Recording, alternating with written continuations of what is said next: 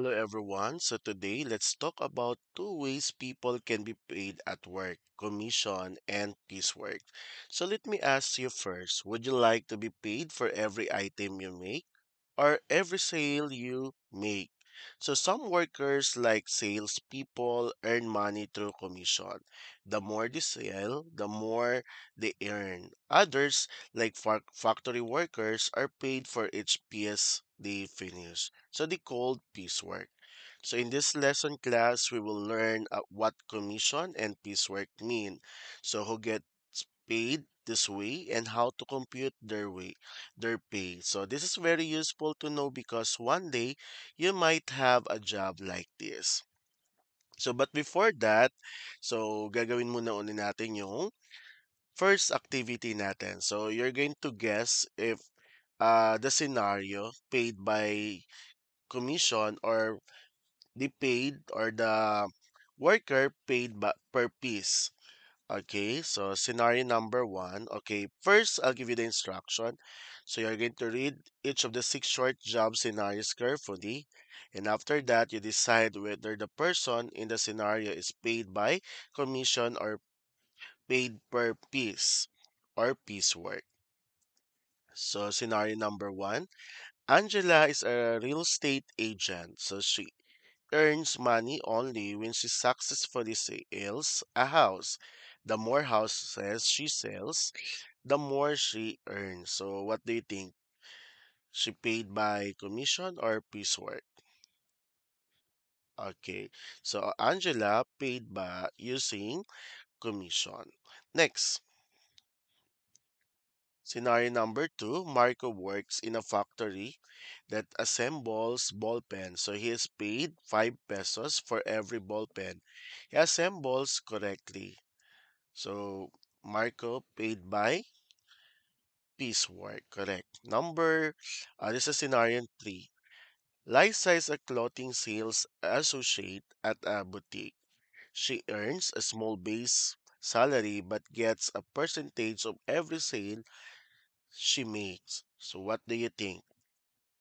Okay, so Liza paid by commission. Scenario number four.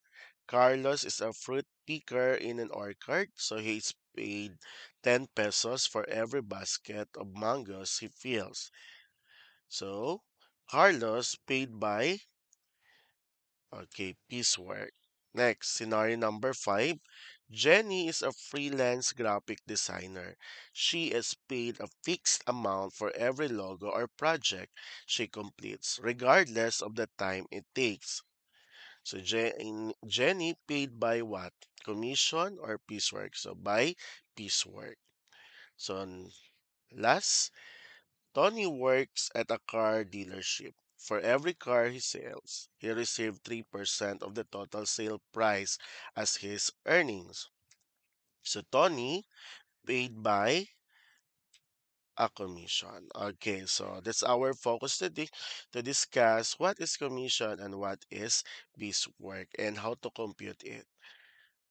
All right. So when you say commission, that is a percentage of the total sales earned by the worker.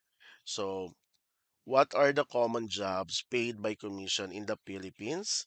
So first is the estate agent. So they earn a percentage of the selling price of a property. So usually mga 3% to 5% yan. So for example, selling a house or condo unit. Next is insurance agents and financial advisors. So they are paid a percentage for every insurance policy or investment plan they sell. So the common companies like Sun Life, Pru Life, AXA, etc. Number three, the car sales agents and dealership sales representatives. So receive commission for each vehicle sold in addition to a basic salary. Another is those direct sellers or network marketers. So example, yung mga Avon, Natasha, Tupperware, Front Row. So they earn commission for every product sold and sometimes bonuses for team performance. Also, real estate brokers or property consultants. So, similar to agents but may handle more complex deals and higher commission. Also, online sellers, so yung mga affiliate marketers, so they earn commission by promoting products and earning a cut from each successful sale. So, for example, yung mga Shopee, Lazada, okay, yung mga ganyan. Number seven, travel agents. So, they get commission from booking flights, hotel rooms, or tour packages. Also, the loan agents or bank product representatives. So, they earn commission when clients are approved for loans, credit cards, or saving plans. And last, recruiters or freelance or agency based. So some are paid per successful hire, especially in overseas employment or direct sales hiring. So marami pa mga job in the Philippines na nakakatanggap or binabayaran by commission.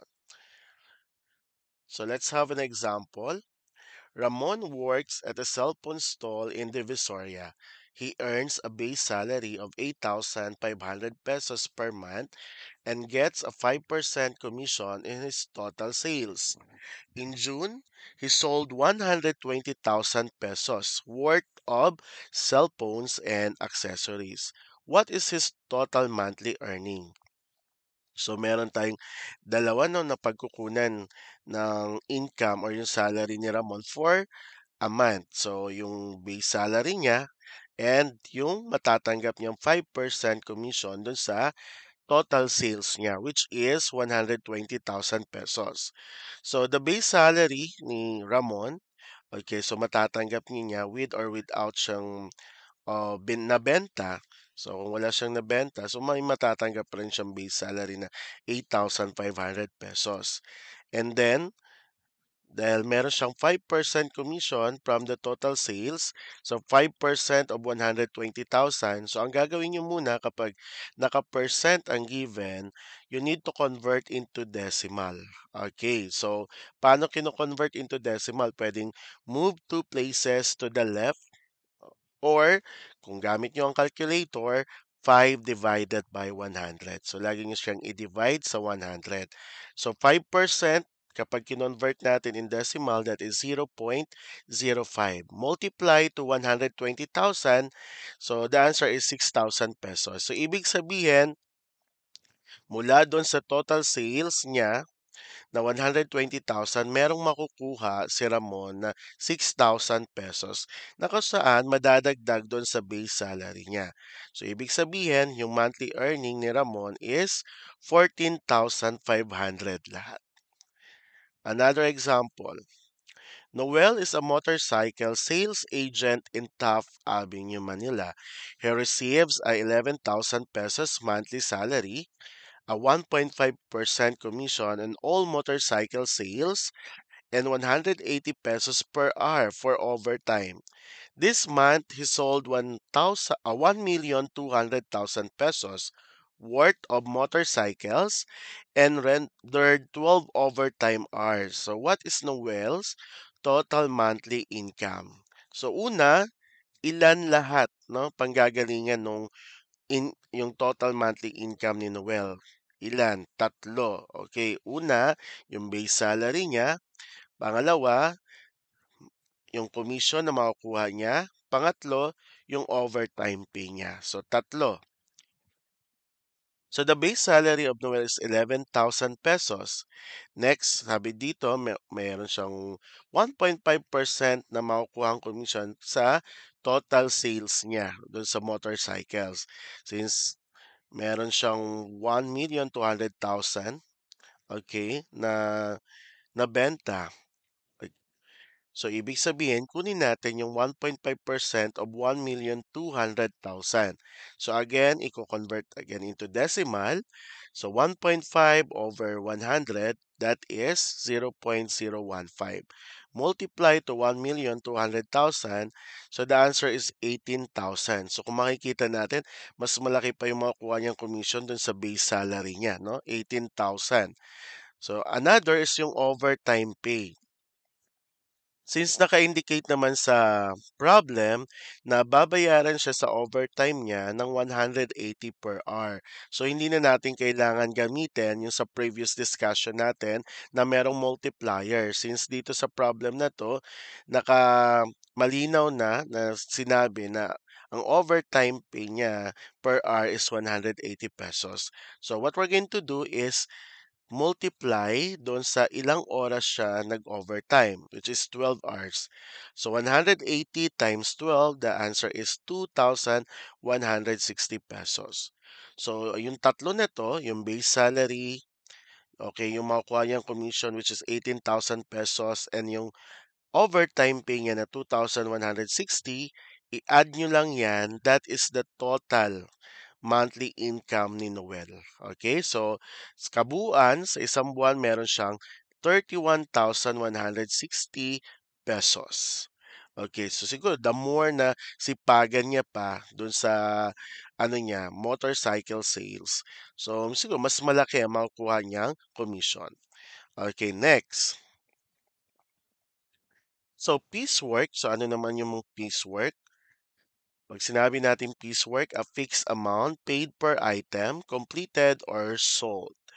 Okay, so sa Pilipinas, ano yung mga common jobs na binabayaran by piece, per piece? Okay. So una dyan, yung mga garments workers, sewers, so they are paid per piece of clothing sewn or assembled. So, halimbawa yung mga t-shirts, uniform, bags. So, common in garments factories or home-based tailoring. Okay, number two, okay, meron yung mga makers or the gift item assemblers. So, sa Divisoria, no, or even sa Recto, meron yung mga gift item assemblers. So, they are paid per candle, rosary, souvenir, or promotional item completed, often seen in small businesses, especially during holidays or events. So yung mga buko juice vendors natin or yung mga taho sellers natin. So ito yung mga sa helper side. So they are paid per container or batch sold. So per bucket or taho prepared. Also, yung mga fruit pickers natin or farm workers. So, binabayaran sila per sack, per basket, or kilo of fruits or vegetable harvested. So, kagaya na lang ng mga mangga, saging, sibuyas. So, they are common in rural areas during harvest season. So, mostly sa provinces, no? Number five, fishbowl or street food stick maker. So they're paid per bundle of sticks prepared or per number of skewers made. Number six, packing or repacking workers. So mga sari-sari supply or warehouse. So anong ginagawa dito? Mas yung mga candies, no? Yung mga yan, dito kasi sa Divisoria, ganun, no, yung mga laruan. So, yan, binabayaran sila per piece. So, they paid per kilo or pack of rice, sugar, or grocery item, pack or labeled. Next is embroidery or beadwork artist. So, they are paid per design or item completed, such as hand-sewn barong or beaded gowns. Okay. Number eight, recyclable sorters or junk shop helpers. So, paano sila binabayaran? Binabayaran sila per kilo or sack of materials sorted like plastic. Okay, so isang sakong plastic, isang sakong bottles, cans, or metals. Also, so yung mga sticker appliers, no, yung mga labelers, so paano sila binabayaran? They are paid per kilo. Okay, so ano, they are paid for what? So, binabayaran sila for labelers applied on boxes or products. So, madalas sila sa mga cosmetics or yung mga food in jars. And also, may yung mga envelope or invitation folder workers.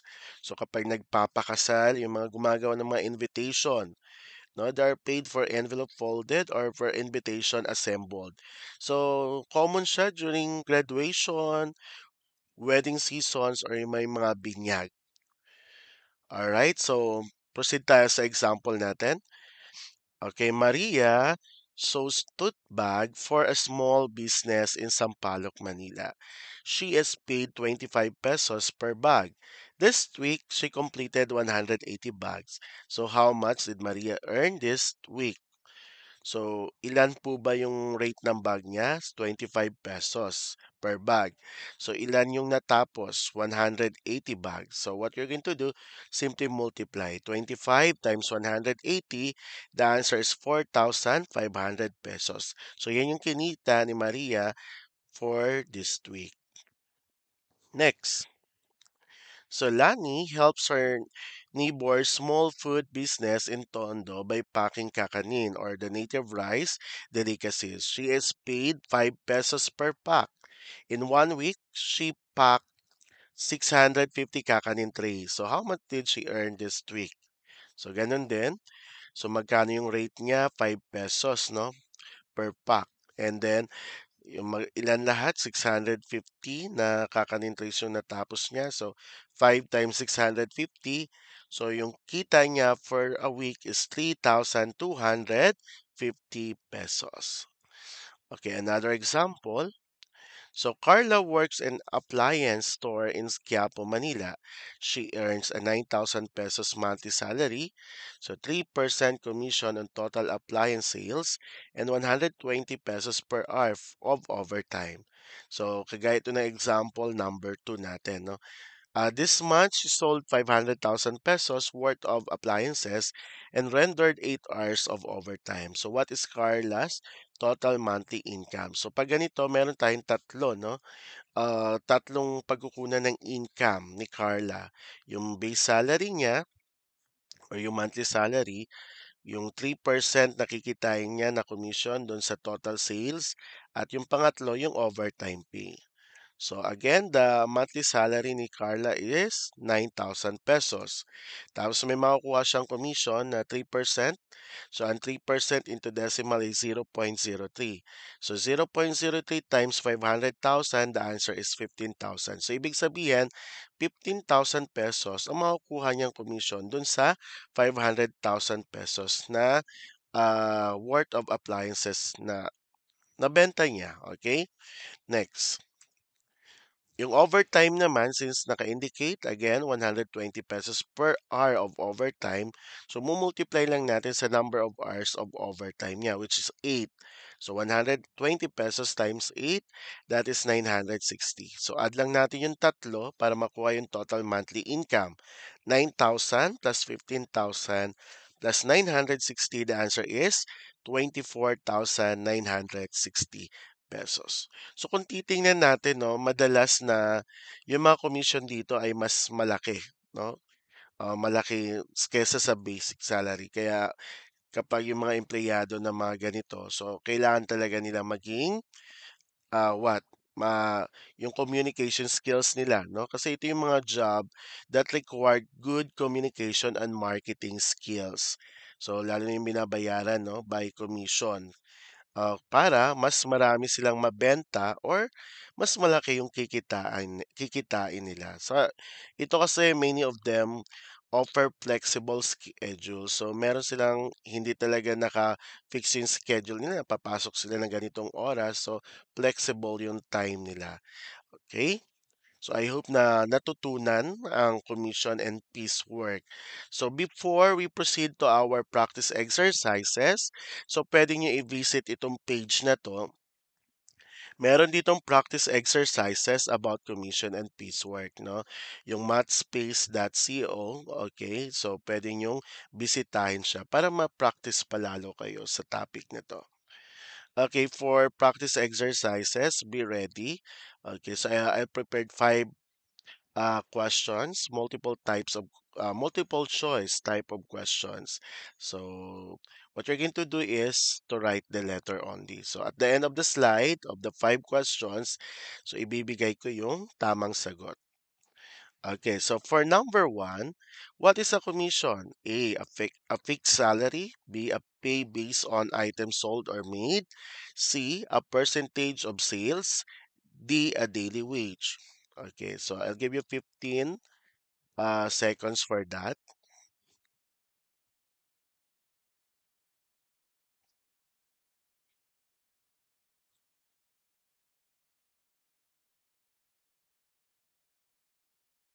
Okay, next, number two. A salesman earns 10% commission on 50,000 sales. How much does he earn?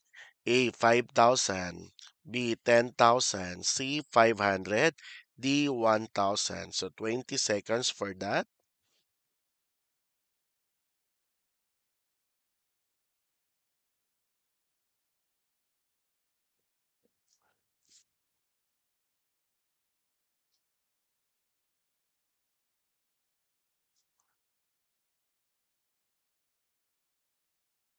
Okay, next, number three. A tailor earns 200 pesos per dress. If he makes five dresses, what is his earnings? A, 1,200. B, 1,000. C, 800. D, 1,500. So 20 seconds for that.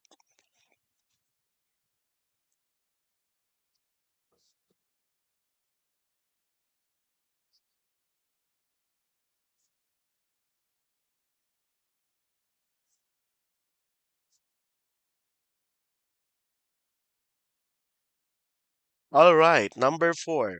Which of the following best describes piecework? A. Earning based on commission. B. Earning per hour. C. Earning based on item completed. D. Monthly fixed salary. So, okay, this is 15 seconds only, no? Okay, kasi madali lang naman to.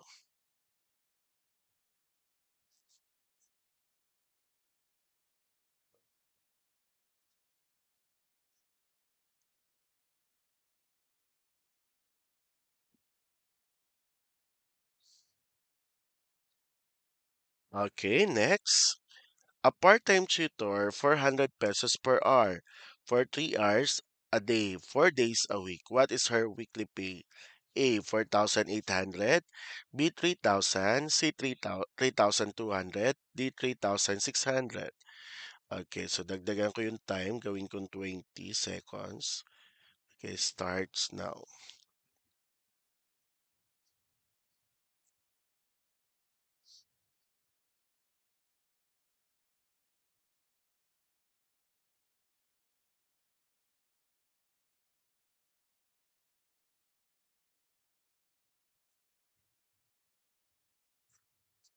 Okay, so be ready. So we will check now your answer. Okay, the correct answer for number one is letter C, number two A, three B, four C, five A. Okay, so you can share the number of scores na nakuha nyo sa ating practice exercises sa comment section na to. So thank you for watching. Okay, see you for our next lesson.